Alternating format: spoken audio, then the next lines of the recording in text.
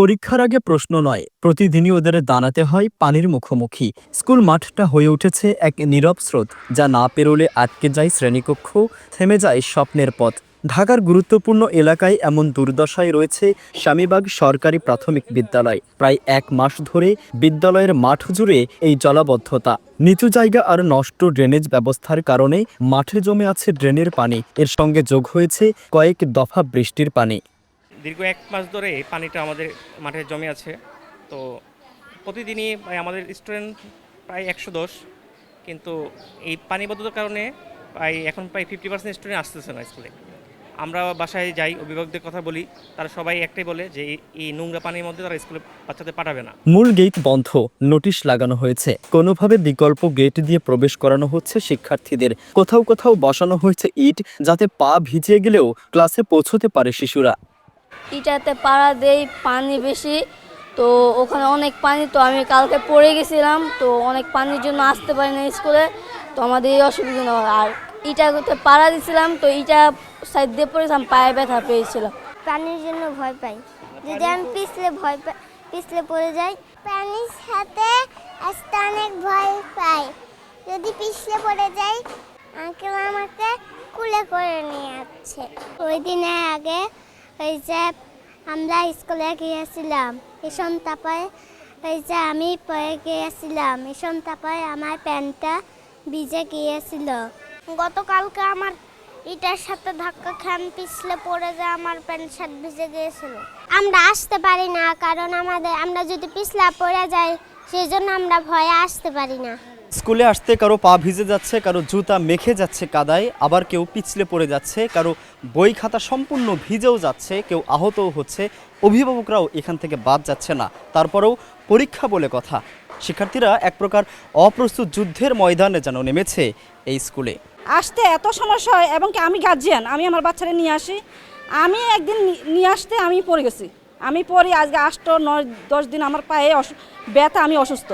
তারপরে বাচ্চার পরীক্ষা আমার আসতে হয়, বাচ্চা কোলে নিয়ে আসি, জল এত আঁটু সমান জল হয়, বাচ্চা কিভাবে আসে? যে ময়লা পানি, এই ময়লা পানিতে মনে করেন যে একবার পড়ে গেলে চুলকানি হয়, বিভিন্ন ধরনের রোগ হয়। তাছাড়া সবসময় ভয়ই থাকতে হয় যে স্কুলে গেল, পড়ে গেল কিনা, পোশাক আশাক নষ্ট হলো কিনা, বই খাতা নষ্ট হলো কিনা, ঠিকমতো যাইতে পারলো কিনা, আবার ঠিকমতো আসতে পারলো কিনা। এই জন্য হাজারো কাজ ফেলায় তুই আসতেই হয় বাচ্চা নিয়ে। জমে থাকা পানিতে তৈরি হয়েছে শ্যাওলা, ছড়াতে পারে ডেঙ্গু কিংবা পানিজাত রোগ, অথচ এখনও কার্যকর কোনো পদক্ষেপ নেই। মাঝে মাঝে আগে পরিষ্কার পরিচ্ছন্ন করা হয়তো, এখন এইখান থেকে পানিটা যাওয়ার রাস্তা নাই। এখন এই যে সিটি কর্পোরেশন রাস্তা করছে, ওইখান দিয়ে উঁচা করছে, এই দিক দিয়ে নিচা, ওইখানের পানিটা এই দিকে আসে না, তার জন্য পানিটা এখান থেকে যাইতে পারে না। এখন যদি ওইটা ভাঙ্গে আবার নতুন করে লাইন করিয়ে দেয়, তাহলে ঠিক হয়ে যাবে। এখান দিয়ে লাইন করিয়ে দেয় পানিটা সিটি কর্পোরেশন, তাহলে আমাদের কোনো সমস্যা হয় না। আমাদের বাচ্চারা, আমাদের শিক্ষকরা সবাই আসতে পারে, যাইতে পারে।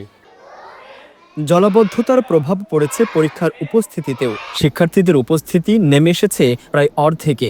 অনেক বাচ্চা আছে ময়লার জন্য আসেই না স্কুলে। ভালো ভালো বাচ্চারা পরীক্ষা দিচ্ছে না প্রায় 40%-এর মতো। আমার শিক্ষা অফিস প্লাস সিটি কর্পোরেশনকে আমরা আবেদন করেছি সিটি কর্পোরেশন বরাবর। এখন ওনারা বলতেছেন যে সরকারিভাবে এই স্কুলটাকে মানে রোড সমান করতে হবে মাটি দিয়ে। এখন এত বড় বাজেট আমাদের নেই, যার কারণে আমরা এটা নিয়ে বসে আছি। মানে কোনো সমস্যা সমাধানের সুরাহা হওয়ার কোনো শীঘ্রই কোনো আশু পদক্ষেপ আমরা দেখতে পাচ্ছি না। এই প্রতিষ্ঠানের যে গেটের মুখে ঢোকার যে পানি, আমাদের যে ড্রেনগুলো আছে, সেটার জলাবদ্ধতা যদি চলে যায়, তাহলে কিন্তু এটা পানি জমবে না। স্কুলের সার্বিকভাবে যদি আমি বিদ্যালয় উন্নয়ন করতে পারি, সেটা হচ্ছে বড় অঙ্কের একটা অ্যামাউন্ট লাগবে। সেটাতে একাধারে আমাদের এলাকাবাসীও আমাদেরকে সহায়তা করতে পারে। তো আমার কাছ থেকে যে তালিকা আমি ঊর্ধ্বতন কর্তৃপক্ষকে অলরেডি এই স্কুলের নাম অন্তর্ভুক্ত করে দিয়েছি, মাটিটা ভরাট করার জন্য কীভাবে আর উঁচু করা যায়। আপাতত ওরা যেতে পারে, পাটা না ভিজে, মোজাটা না ভিজে। এই জন্য আমাদের কাছে যে ফান্ডটা আছে সেইটা দিয়েই আমরা ওখানে বলেছি, এখানে যদি রড দিয়ে একটা স্লিপারের মতো করা যায়, এটা উঠে রাখলো, আবার এইখানে পানিটা হলে আপাতত দিয়ে দেওয়ার জন্য। রাজধানীর এই স্কুল যদি এভাবে জলাবদ্ধতায় ডুবে থাকে, তাহলে শিক্ষার্থীদের পরীক্ষা কেমন হবে কিংবা ক্লাসে মনোযোগী হতে পারবে কিনা, এ প্রশ্ন এখন শুধু অভিভাবকের নয়, সবার। রাহাত রূপান্তর, কালবেলা, ঢাকা।